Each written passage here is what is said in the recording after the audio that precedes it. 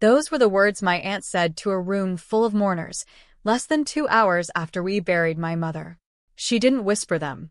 She didn't pull me into a hallway or wait until the room had cleared.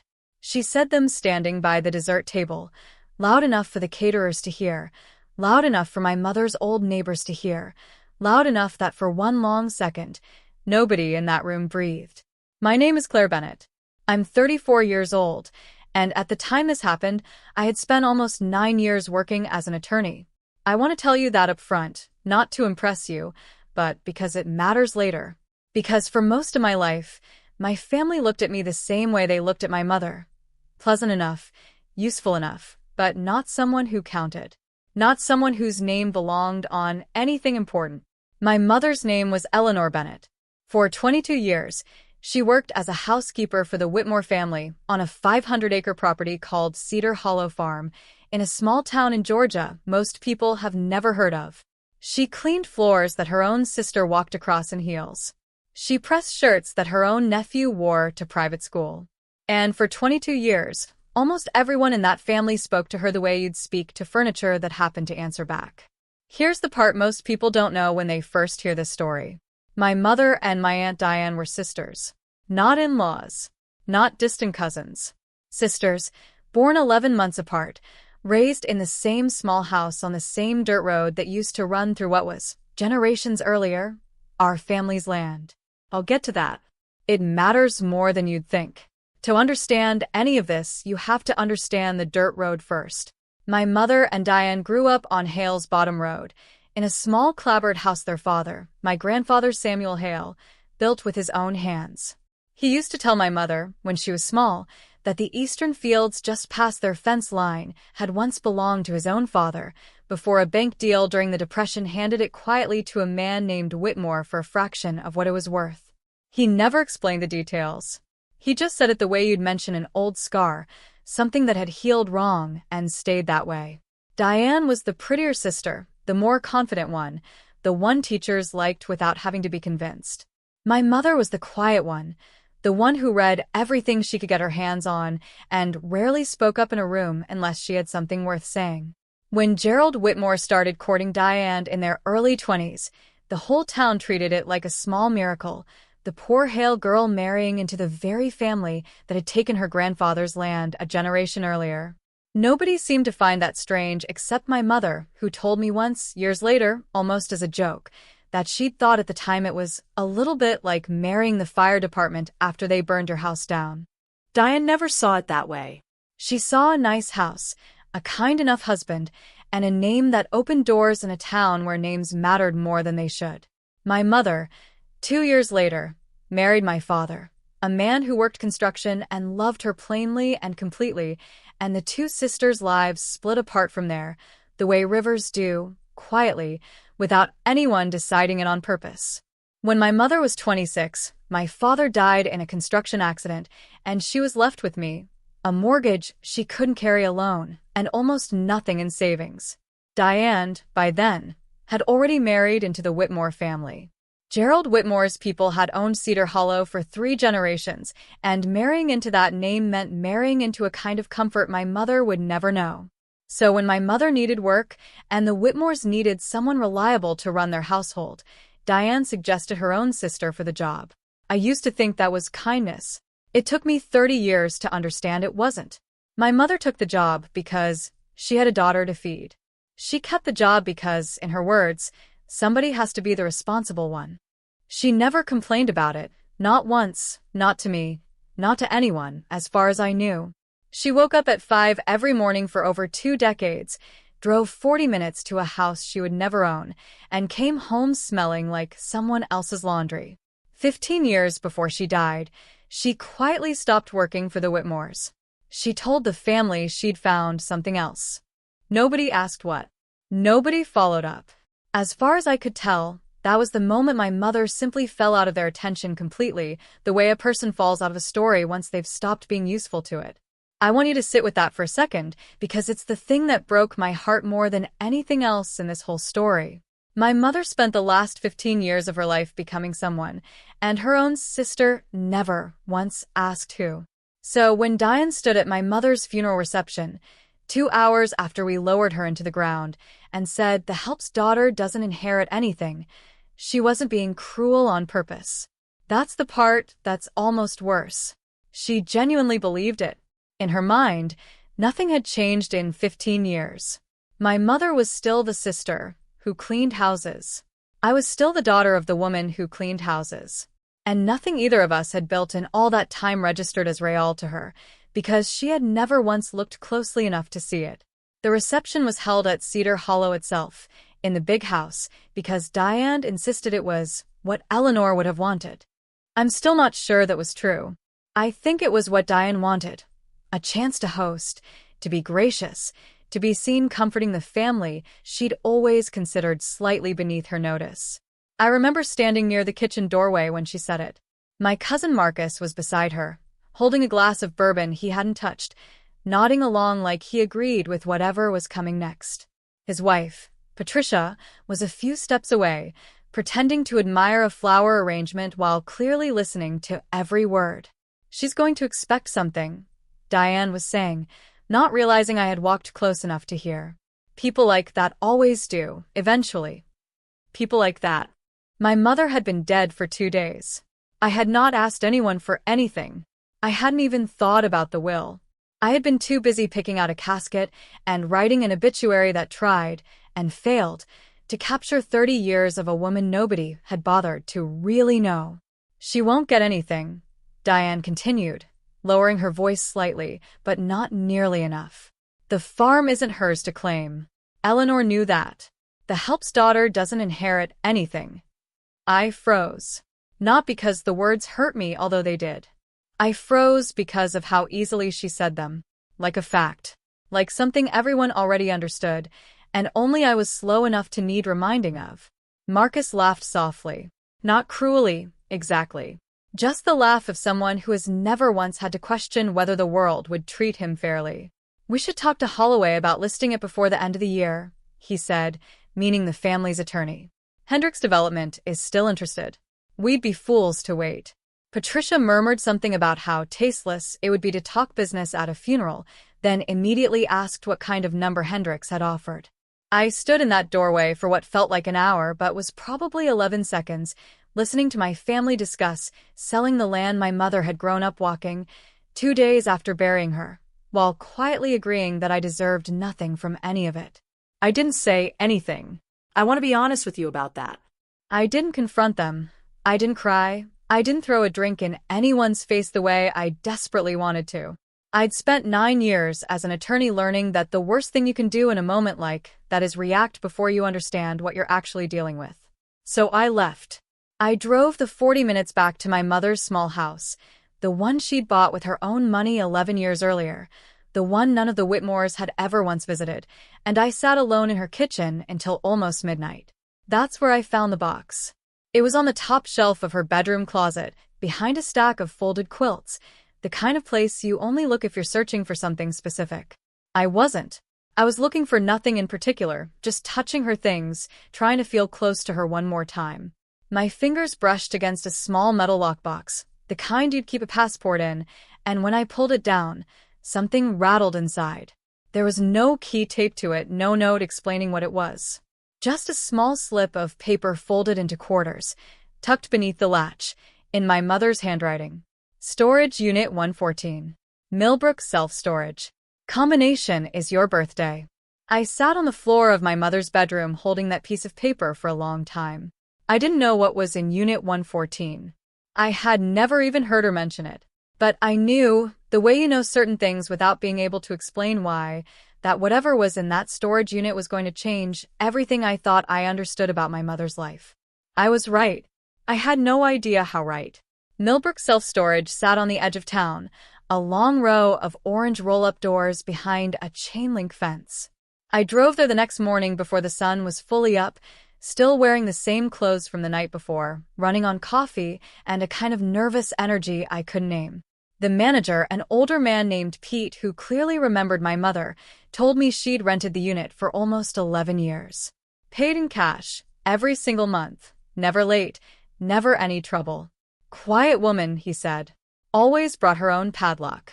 Always said thank you, even to the automated kiosk. He laughed a little at that, then looked at me with something like sympathy. Saw the obituary in the paper. I'm sorry for your loss.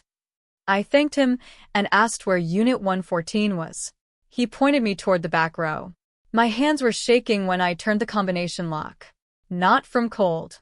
From the strange, specific fear of finding out something about a person you loved that they had decided, for reasons of their own, not to tell you.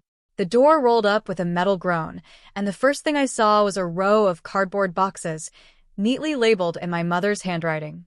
Not misc or old stuff. Specific labels. Correspondence 2009 to 2012.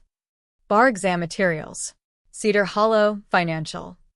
Personal, do not discard. I stood there staring at the words bar exam materials for a full minute before I made myself move. My mother had never mentioned taking the bar exam. Not once. Not in passing, not as a joke, not as an old dream she'd given up on. As far as I knew, my mother had a high school diploma and 22 years of housekeeping experience. That was the entire story I had been told about her life. I opened the first box. Inside, wrapped in tissue paper like something fragile and precious, was a framed certificate. The State Bar of Georgia, certifying that Eleanor Renee Bennett had been admitted to practice law, dated almost 16 years earlier. 16 years. I did the math without wanting to. She had passed the bar exam 1 year before she stopped working for the Whitmores, which meant that for an entire year, my mother had been a licensed attorney while still scrubbing floors in someone else's kitchen and had told absolutely nobody. Beneath the certificate was a photograph. My mother, in a cap and gown, standing outside what I recognized as the state law school's evening program building, holding a diploma, smiling the way I'd only ever seen her smile at my own graduations. She looked younger in that photo than I'd ever seen her look in real life, even though she would have been in her mid-40s when it was taken. I sat down on the concrete floor of that storage unit and went through every box, one at a time, piece by piece, for almost 5 hours. There were case files, dozens of them, each one carefully labeled with a client's first name and a year. I recognized none of the names. Maria, 2014. Tomas, 2015. Janet, 2017. Inside each folder were court documents, handwritten notes, and, in almost every single one, a letter. I picked up the folder labeled Janet, 2017 first because it was on top. The letter inside was 3 pages, handwritten, the paper soft and worn from being read and reread. Dear Miss Bennett, it began. I don't know if you remember me, but I will never forget you. 3 years ago, my landlord was trying to evict me and my 2 kids over $400 I genuinely didn't have. You took my case for free. You didn't just win it, you made the judge actually look at me like a person, not a problem. My daughter graduates high school next month. She wants to be a lawyer because of you. I never got the chance to properly thank you, so I'm doing it now, even if it's years too late. Thank you for seeing me when nobody else would. I read that letter 4 times. Then I picked up the next folder, labeled Maria, 2014, and found a similar letter, this one shorter, written in careful, deliberate English by someone who I guessed had learned the language as an adult. Ms. Bennett, you helped me when nobody else would take my case. My husband, he leave, and the lawyer downtown want $300 just to talk to me about my children. You never ask me for nothing. You drive to my apartment because I have no car. I tell my daughter your name every year on her birthday because you are the reason she still has a mother who can fight for her. I hope God is good to you always. There was a third folder, Robert, 2019, that contained no letter at all, only a child's drawing, crayon on construction paper, of a stick figure family standing in front of a house, with the words, "Thank you, Miss Eleanor," written across the top in a 6-year-old's handwriting. I sat with that drawing in my lap longer than I sat with almost anything else in that storage unit. The pattern repeated itself over and over, folder after folder, box after box. None of them flashy. None of them the kind of cases that make headlines. Just one person at a time, helped by a woman who had spent the first half of her life being told she wasn't qualified to help anyone with anything. My mother had built an entire second life, an entire legal career, and had quietly given almost every hour of it away for free. I want to be honest about what I felt sitting on that concrete floor. It wasn't pride, not yet. It was something closer to grief, layered on top of grief. Because the longer I sat there, the more I understood that my mother had spent 16 years becoming a remarkable person, and her own sister had never once asked her a single question about her life that wasn't really about something Diane needed. Near the bottom of the third box, I found a worn leather journal, the spine cracked from use. I almost didn't open it. It felt like the most private thing in that entire unit, more private than the case files, more private than the bar certificate. But I needed to understand, so I opened it anyway. The entries went back almost 20 years. Some were short, just a line or two about the weather, about me as a child, about a hard day at the Whitmore house. Others went on for pages. I found myself reading slowly, carefully, the way you read something you know you'll never get to read again for the first time. One entry, dated the year my father died, stopped me cold. Diane offered me the housekeeping position today. I know what it looks like to take it. I know what it will look like for years. But Claire needs to eat, and pride doesn't pay a mortgage. I will do this job well because that is the only kind of work I know how to do. And one day, when I am ready, I will build something of my own, something nobody gave me and nobody can take away. They will not see it coming because they have never once looked closely enough to see me at all.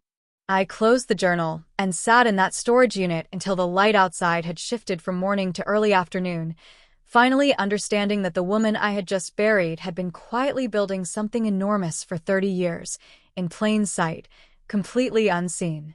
But I still didn't understand the most important part. Not yet. That came from a folder near the very back, labeled simply Cedar Hollow. The Cedar Hollow folder was thicker than all the others combined. Inside, instead of case files, I found something closer to a financial archive. Bank statements, loan documents, a trust agreement, and a name I didn't recognize at first. Hollow Creek Holdings, LLC. The documents traced back almost 12 years. According to a letter from a small accounting firm in Atlanta, Hollow Creek Holdings had been formed by my mother shortly after she finished law school, structured deliberately so that her name would not appear on any public filing. The trust's sole purpose, according to its founding documents, was to acquire and hold agricultural debt instruments. In plain language, my mother had spent 12 years quietly buying up Cedar Hollow Farm's debt. I read the financial statements 3 times before the full picture assembled itself. Cedar Hollow had been in serious financial trouble for over a decade, far worse than anyone outside the immediate family had ever known. Bad harvests in 2 consecutive years. An expansion project Marcus had pushed for that never paid off. A balloon loan that nearly forced foreclosure 9 years earlier. That loan had been quietly purchased and restructured, at generous terms, by Hollow Creek Holdings, LLC. So had the loan that followed it. And the one after that. By the time I finished going through the folder, the math was unmistakable. My mother, through a trust nobody in the family had ever heard of, held the majority position on Cedar Hollow Farm's outstanding debt. Functionally, legally, she was the single largest stakeholder in the property her own sister had spent decades treating her as unworthy of even visiting as a guest. I sat with that for a long time before I understood the part that mattered even more than the money. Tucked into the very back of the folder was a single typed page, and signed, that read like something between a legal memo and a private confession. People will ask, eventually, why I did this. I want it written somewhere honest, even if no one reads it until after I'm gone. Cedar Hollow was not always Whitmore land. Our father's family owned the eastern half of that property, generations before Gerald's people did. It was lost during the Depression, in a deal our father always insisted, quietly and only to me, had not been fair. I am not interested in relitigating history I cannot undo. But I will not stand by and watch the people currently working that land, families like the Ruizes, who have given that farm 3 generations of honest labor, lose everything because Marcus borrowed against a future he never planned carefully. I am not doing this for revenge against my sister. She would not understand the difference, even if I explained it to her directly. I am doing this because somebody in this family eventually has to actually protect the people standing on that ground, instead of only the people whose name is on the deed. I read that page sitting on the floor of a storage unit, and for the first time since the funeral, I cried. Not from grief this time. From something closer to awe. My mother hadn't built a secret fortune out of spite.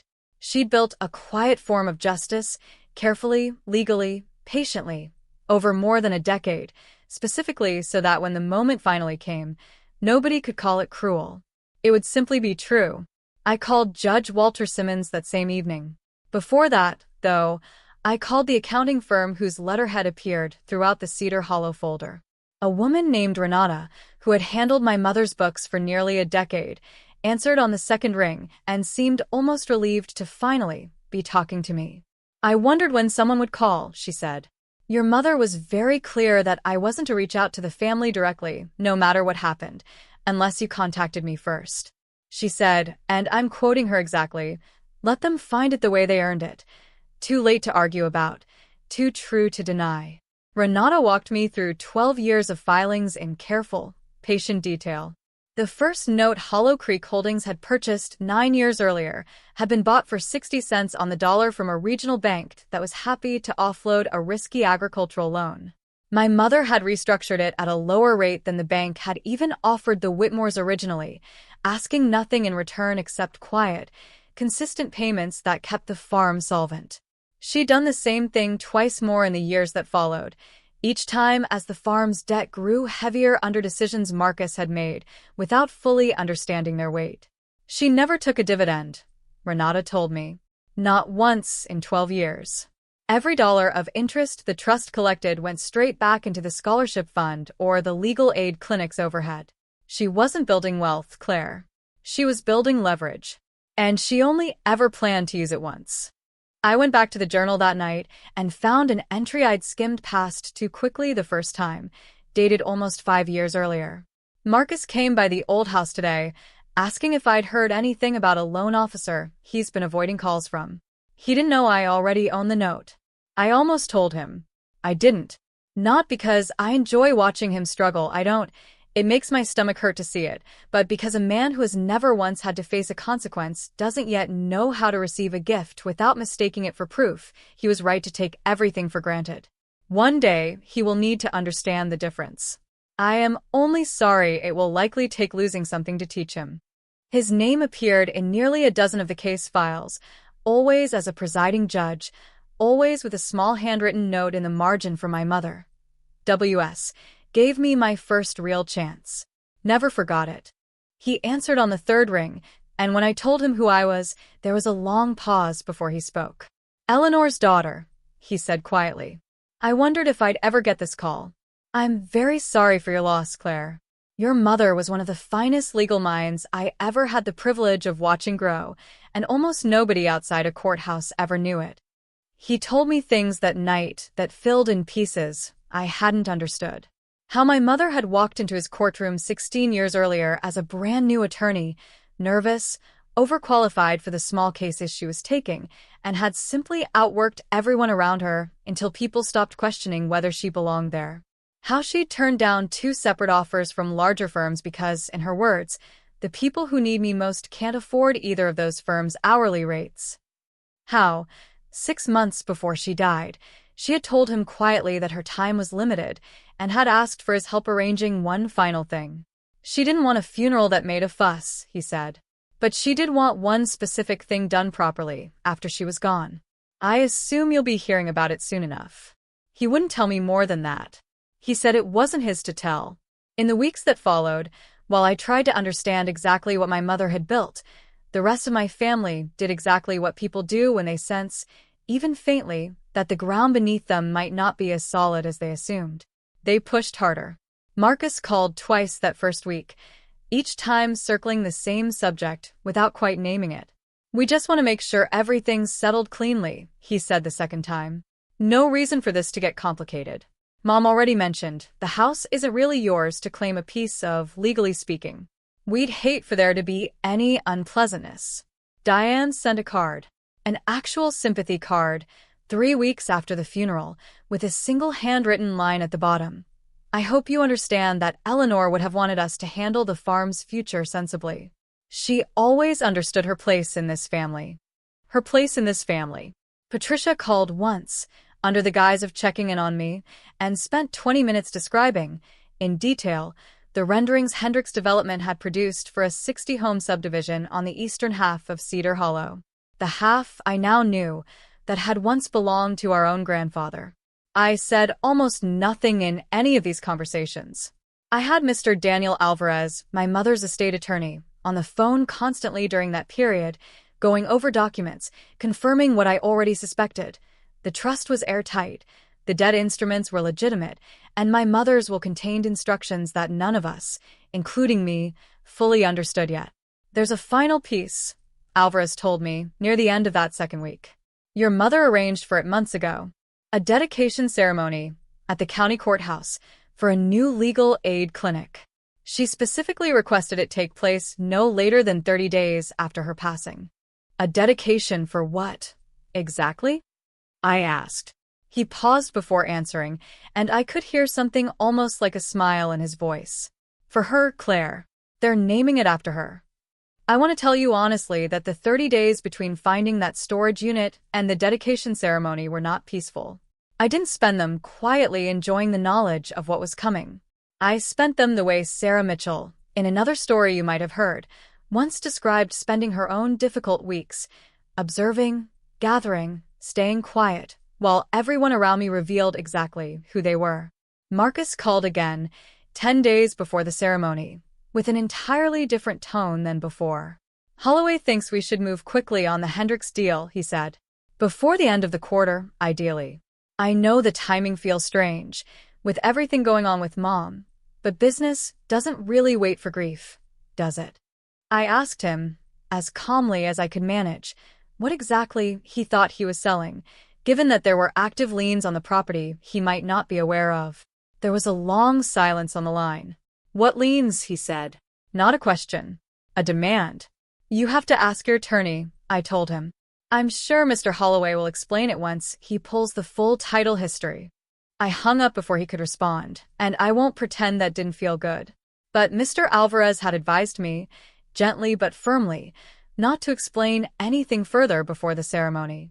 Let the truth arrive all at once, in front of people who already know your mother's character, he said. Piecemeal, it sounds like a threat. Delivered properly, it sounds like exactly what it is. A fact nobody can argue with. Diane's calls turned strange after that. Less condescending, more anxious. She started asking questions about the dedication ceremony itself, questions that told me Holloway had clearly briefed her on something, even if he hadn't told her everything. What exactly is this clinic thing? She asked me once, her voice tight in a way I'd never heard from her before. Why is the county putting Eleanor's name on a building? She cleaned houses, Claire. I don't understand what this is supposed to be. You'll understand on Saturday, I told her, and for the first time in my entire life, my Aunt Diane had absolutely nothing to say back to me. 4 days before the ceremony, I drove out to the small house at the edge of Cedar Hollow, where the Ruiz family had lived for 3 generations, the same modest house Hector's grandfather had been given to live in when he first started working that land. I'd called ahead, and Hector's wife, Lupe, had a pot of coffee waiting when I arrived. Your mother sat at this table more times than I can count, Lupe told me, setting down 2 cups. Sometimes she'd bring groceries and pretend it was nothing, just something she happened to have extra of. We knew better. We never said anything, because we understood she didn't want us to make a fuss about it. Hector came in from the field still in his work boots and sat heavily at the table, the way a man sits when his body has earned the right to be tired. He didn't say much at first. When I told him about the scholarship fund, about the trust, about what the will required for the family to keep operating the farm, he was quiet for a long moment before he spoke. 31 years I worked this land, he said, and your mother is the only Whitmore, by marriage or otherwise, who ever once asked about my children like she actually wanted to know the answer. He looked down at his hands. I will speak at the ceremony if you'll have me. Somebody should say it out loud, while the people who need to hear it are standing in the room. I left that house with a fuller understanding than I'd had even after the storage unit, the financial documents, and the journal combined. My mother hadn't just been protecting a piece of land. She'd been protecting the dignity of specific people, by name, for decades, quietly enough that almost none of them ever felt like a charity case. I spent those 30 days, when I wasn't fielding increasingly tense phone calls, talking to the people in my mother's case files.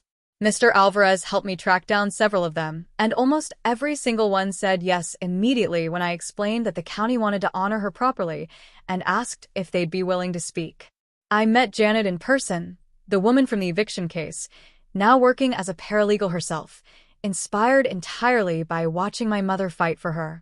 I spoke on the phone with Tomas Ruiz, whose family had worked Cedar Hollow's land for 3 generations and who was finishing his second year of college on a scholarship fund my mother had quietly established and funded years earlier, a fund none of us in the family had ever known existed.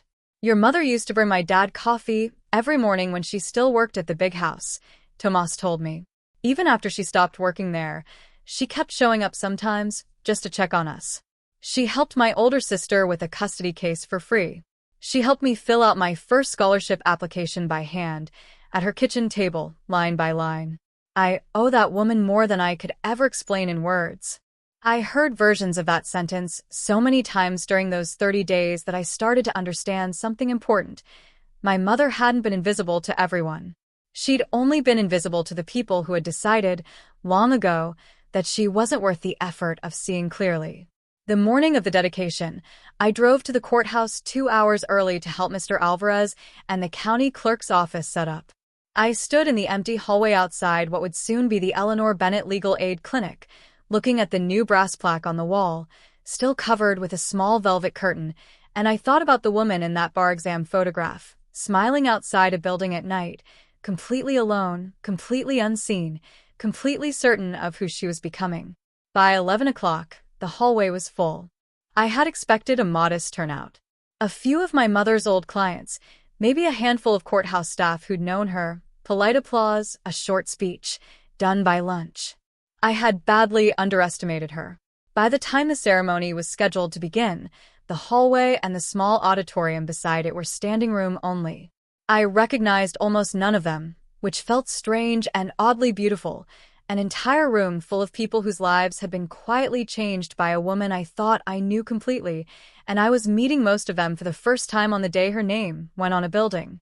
Judge Simmons arrived in his full robes, despite the ceremony not requiring it, which told me everything about how seriously he intended to treat this. Janet sat in the 3rd row with both of her now-grown children. Tomas Ruiz stood near the back with his entire family, his mother quietly crying before anyone had even said a word. My family arrived almost last, and I watched Diane's face as she walked into that crowded hallway.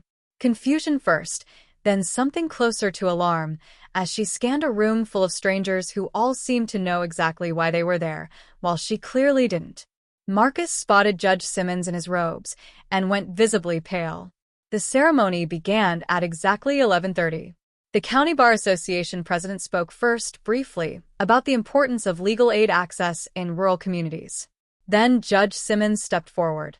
"I've presided over a great many cases in this county," he began, "and I can tell you, without exaggeration, that Eleanor Bennett was the single most quietly effective attorney I ever watched work a courtroom. She never raised her voice. She never needed to. She simply prepared more thoroughly, cared more genuinely, and showed up more reliably than anyone else in the room, every single time, for 16 years. He told the story of her first case in his courtroom, a custody dispute nobody expected her to win, and how she'd won it anyway through sheer preparation. The crowd laughed softly at a detail about her bringing her own water pitcher to court because she didn't trust the bailiffs. Diane did not laugh. Then Janet spoke. Then Tomas. Then an older man I didn't recognize, who introduced himself as a small business owner my mother had saved from foreclosure 11 years earlier, working entirely pro bono for almost a full year. By the 4th speaker, my mother sitting somewhere behind me, my cousin Marcus would not look up from his shoes. When it was my turn, I walked to the front carrying the folder Mr. Alvarez had prepared, the one containing copies of the Hollow Creek Holdings documents. "Most of the people in this room knew my mother as an attorney," I said. "I knew her as my mom. For most of my life, I thought I understood her completely. I was wrong. I want to share something with you today that very few people, including most of my own family, have ever known. I looked directly at Diane and Marcus as I said the next part. For the last 12 years, through a trust my mother quietly established, she has held the majority financial interest in Cedar Hollow Farm. The room went completely silent. Not gradually. Instantly. She did this, I continued, not out of resentment and not for revenge. She did it because Cedar Hollow was falling deeper into debt than the family running it ever told anyone, and because the people working that land, families like the Ruizes, were at real risk of losing their livelihoods to a sale my mother believed would have erased 30 years of their labor for a one-time payout. Marcus stood up. I'd never seen him look genuinely frightened before. This isn't the place for this, he said, his voice cracking slightly. It's exactly the place, Judge Simmons said quietly, without raising his voice at all. The room's attention shifted to him instantly, and Marcus sat back down. Mr. Alvarez stepped forward and explained the rest, calmly, the way you'd explain any straightforward legal matter. My mother's will, he said, did not seize the farm or force a sale of any kind. It did something my mother apparently considered far more important. It established conditions. Cedar Hollow could remain in the Whitmore family's operational control permanently on 3 conditions. The farm workers currently employed there, including the Ruiz family, would receive guaranteed fair wage contracts, renewable annually, written into a binding trust covenant. A portion of the farm's annual revenue would fund the scholarship program my mother had already quietly started for the children of farm workers. And the eastern portion of the property, the part that had once belonged to our grandfather, would be formally and permanently deeded to a community land trust, preserved from development, with a plaque acknowledging its original history. If these conditions aren't met, Alvarez said, the trust's debt position converts to an ownership stake, and the property transfers fully to the trust. Your mother was very specific about this, Claire. She didn't want to punish her family. She wanted to make sure that whatever happened to that land, the people who actually worked it could never again be treated as an afterthought. Diane stood up slowly, gripping the back of the chair in front of her. Why would she do this, she said, and for the first time in my life, her voice wasn't condescending. It was small. Why wouldn't she just tell me? I thought about that question for a long moment before answering. Because you never asked her anything real, Aunt Diane, I said. Not in 15 years. Not once. Nobody in that room said anything for what felt like a very long time. Diane sat back down. Marcus stared at the folder in Mr. Alvarez's hands like it might still somehow not be true. Patricia, a few seats away, had gone completely still. Then, from the back of the room, Hector Ruiz stood up. He was an older man, maybe 70, with the kind of hands that told you exactly how he'd spent his life. He hadn't planned to speak. I could tell by the way he hesitated before walking forward. I worked that land 31 years, he said, his voice steady but thick with emotion. Nobody from the family ever once asked me how my children were doing. Eleanor asked every single time she saw me. Every time. She remembered their names. She remembered their birthdays. She helped my son go to college without ever once mentioning it to anyone because she said it wasn't about getting credit. He looked directly at Marcus. I don't say this to shame you. I say it because somebody finally needs to. I watched my cousin Marcus, a man I had genuinely never once seen express vulnerability in my entire life, put his face in his hands. I won't pretend the months that followed were simple. They weren't. Real change rarely arrives the way it does in the moment right after a hard truth lands. It arrives slowly, unevenly, sometimes not at all. Marcus fought the conditions for almost 2 months, consulting 3 different attorneys, looking for a way around the trust structure. Each one told him the same thing Mr. Alvarez had. It was airtight, legally sound, and my mother had clearly understood exactly what she was doing when she built it. Eventually, he stopped fighting, not because he suddenly became a better man, but because he ran out of options. I think, for some people, that's where change quietly begins, anyway. Diane called me 3 weeks after the dedication, the first time she had ever called simply to talk, with nothing she needed from me attached to it. I keep thinking about something Hector said, she told me, about nobody asking him about his children. I realized I couldn't tell you the last time I asked Eleanor a real question about her life either. She was quiet for a moment. I don't know how to fix 30 years, Claire. I don't think I get to fix it. But I'd like to try if you'll let me. I didn't forgive her completely that day. I want to be honest about that because I think pretending otherwise would dishonor what my mother actually built. But I told her she could try, and over the following year, she did. She started volunteering, awkwardly at first, at the legal aid clinic that bore her sister's name, mostly answering phones and organizing files, work far beneath anything she'd ever done before, work she never once complained about doing. Marcus, to everyone's surprise, including his own, started actually learning how to run Cedar Hollow properly, working alongside Hector instead of simply issuing instructions from an office. The scholarship fund grew. Tomas Ruiz's younger sister enrolled the following fall. The eastern portion of the land, our grandfather's land, was formally returned to the Community Land Trust on the 1-year anniversary of my mother's death. There's a small plaque there now, with his name on it, and hers beside it. I think about my mother's journal entry often, the one written the year my father died, where she promised herself she'd build something nobody gave her and nobody could take away. She did exactly that. But I think what she actually built was bigger than a trust, bigger than a legal career, bigger even than the land she quietly reclaimed. She built proof that being underestimated for 30 years doesn't mean you stop becoming who you're meant to be. It just means almost nobody is paying attention while it happens.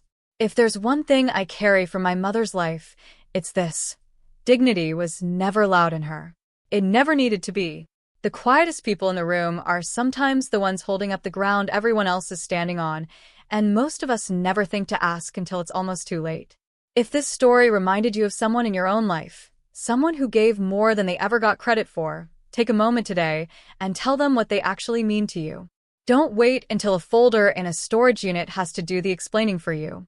Thank you for spending this time with me, and thank you for helping keep stories like my mother's alive.